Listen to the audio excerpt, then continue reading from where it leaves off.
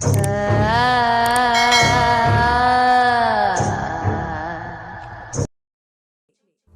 जन्म नइखे भइल।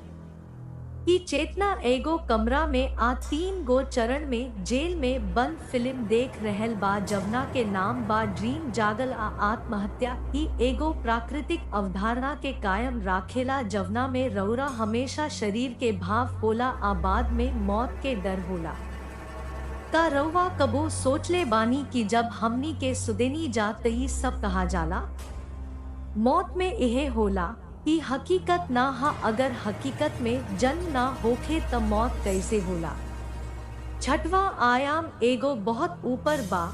यहाँ रउआ एगो सृष्टिकर्ता बन गइल बानी जेकरा से रउआ आज तक भगवान के कहे आइल बानी। ई पाप गुण से बहुत ऊपर बा।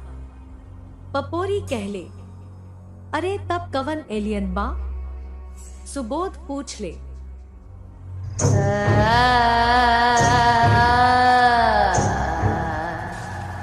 देखी, अगर रौरा ठीक से सच्चाई पूछब त ई सब देवी देवता लोग पराया बा काहे कि उ लोग ही कोडिंग कैले बा। बाकिर एकरा खातिर हमनी के ओ लोग के एगो इकाई माने के पड़ी। अगर रौरा सहमत ना होखी त खाली ज्ञान आ अज्ञानता के खेल देखल जाई जवन अंत में प्राणी भा चेतना के बेस्टनेस के बतावेला। ई आत्म सब कुछ है। भीतर जवन भी बा उ बाहर के कवनो बात नहीं खे। फिर कैसे एलियन? पपोरी कहले, कुछ समय तक वैज्ञानिक भी पपोरी के बात के इर्द गिर्द घूमत रहले, लेकिन तब वो अपना दिमाग से कहले, इहो हो सकेला कि हमनी के इस सब चक्र हई जा। ई चक्र देवी आदि सब मन के उपज है जवन पढ़ला के बाद बस एगो व्यक्ति हा कल्पना कैले बानी आ वास्तविकता में एलियन हमनी के बनवले बाड़े। पपोरी बहुत ध्यान से सुनला के बाद कहले, हाँ की बात शुरू में हमरा दिमाग में रहे, बाकिर तब हम उनका वैज्ञानिक प्रामाणिकता के परखनी आ ओकरा पर फिर कबो शक ना कैनी। कवना तरह के टेस्ट? सुबोध आवाज में मिश्रित भाव के अचरज में डाल देले रहले। यह बात लिखल बा यह सब के सच्चाई। रउआ एगो काम सबेरे आ सबेरे ब्रह्मा मुहूर्ता में नाक के छेद देखे खातिर करेनी। दोनों नाक के सांस ऐसे होला काहे कि यह दोनों उत्सव में तीसरा टोन कुछ समय खातिर खुलल रहेला। ई सुशाह जवना के सरस्वती के नाम से भी जानल जाला। एकरा भीतर गंधी आ चित्रानी नाड़ी बा। पपोरी कहले, अरे ए आदमी में कवन बड़ बात बा? सुबोध कहले, यह हाल बा काहे कि बाकी समय एक नासिका से सांस लेत रहेला, दूसरा बंद बा। पपोरी मुस्कुरा के कहले। जब सुबोध उनका के सुनला के बाद परीक्षण कैली तो उस सही कहली। उनकर एगो नाक के छेद ही सांस लेत रहे। सुबोध अब कुछ आत्मविश्वास बढ़ा देले। वो पपोरी से कहले कि रौरा हमरा के कब ले सिखाई? यार जल्दी से जल्दी ऐसन मापदंड ले ली कि हम समाधि के रौरा साथे ले जा सकेनी आ समाधि ले सकेनी।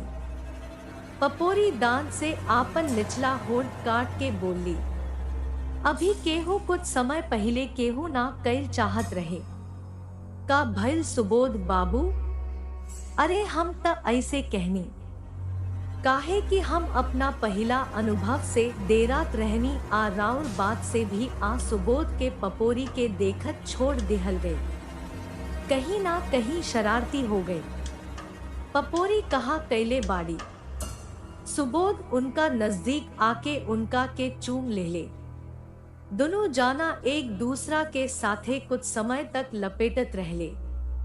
सुबोध के बढ़त हाथ पपोरी के शरीर पर बढ़त रहे, जवना के खुद पपोरी रोकले रहले, लेकिन सुबोध ओकरा के जबरदस्ती ना कैले।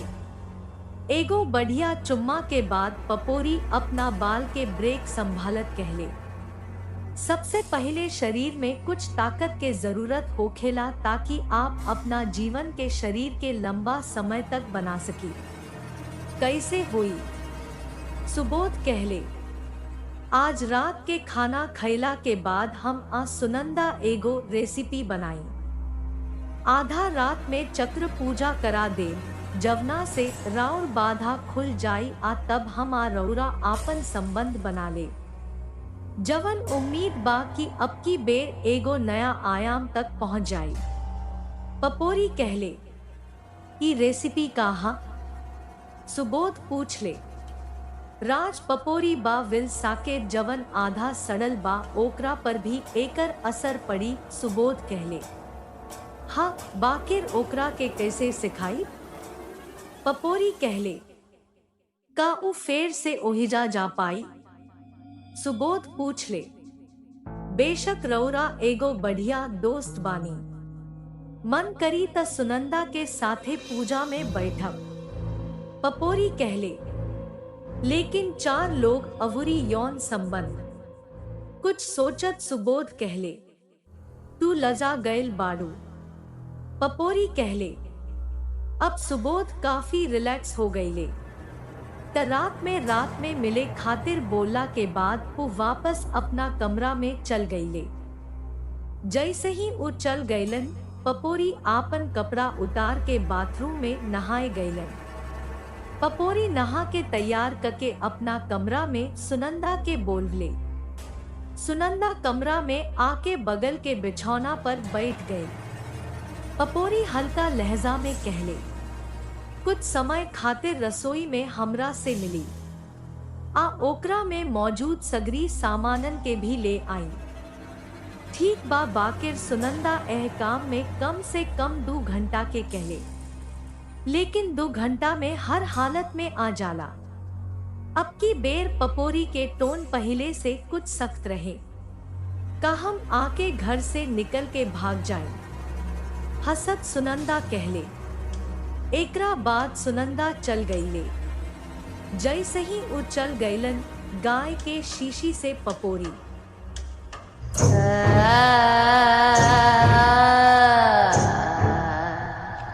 एगो छोट मूत्र एगो कटोरी में घुस के रसोई के ओर चल गई। पहले तो उ जल्दी से एगो स्वादिष्ट डिनर तैयार कईले, जवना से उनका बनावे में 2 घंटा लागल। अवुरी तब तक सुनंदा भी वापस आ गईले। जैसे ही वो अइले, पपोरी पूछले कि का सगरी सामान मिलल बा। सुनंदा तब उनका से कहलस कि हाँ हम सब माल से आइल बानी। एकरा बाद पपोरी सुनंदा से कहले कि जवन वो बतावत रहली ओकरा के एगो घड़ा में डाल देस। पपोरी पढ़े लगले, भैंस के गाय बकरी के दूध, ऊपर से उबले गाय के गोबर, भैंस के सींग के महीन पाउडर, उल्लू पिसल नाखून, स्वाद के हिसाब से चीनी, स्वाद के अनुसार नमक के रूप में, शहद कैसर के नाम से जानल जाला, किशमिश काली मिर्च आखिरी छोट लड़की के बाद। एकरा बाद पपोरी के मुताबिक सुनंदा ओकरा के गरम करे लगले। अब पपोरी एगो मंत्र पढ़ले, बिंदु पितारा पहिला के द्वारा। अजना आके सब बिखरा गईलन।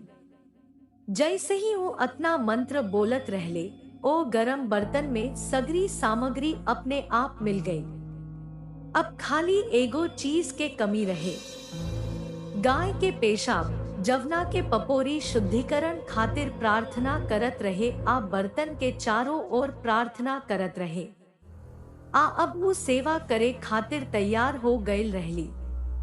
यहाँ कमरा में लेट के सुबोध के बगल में पड़ल सुबोध से कहलस, भाई हाथी पेट में भागत बाड़े, आज सुनंदा के आज काहे ना ले अइले? सुबोध ओकरा के देखलस कहलस, हमार सपना के गीत त तू सुन ले हो खब? ह भाई ओकरा खाना से ओकर का संबंध बा। मेंटल कहले, आज रात तोहार इच्छा के रात ह, कुछ देर खातिर तहरा सब कुछ जान जाई। सुबोध कहले, कवन भाई? साकेत बहुत उत्सुकता से पूछ ले। सुनंदा पपोरी के साथे जंगली रात। सुबोध कहले, साकेत ई सुनला के बाद खुशी से जाग गईली। खुश होके कहे लगले, भाई सुनंदा हमरा के करा दी है, रौरा में का कमी बा, आई उहे मजा ना हा, ई राव ट्रेनिंग हा, तब रौरा हमरा के भी सपोर्ट करे के पड़ी का हमार शेर में को भी ट्रॉ में शैलबाला ना ले जाए।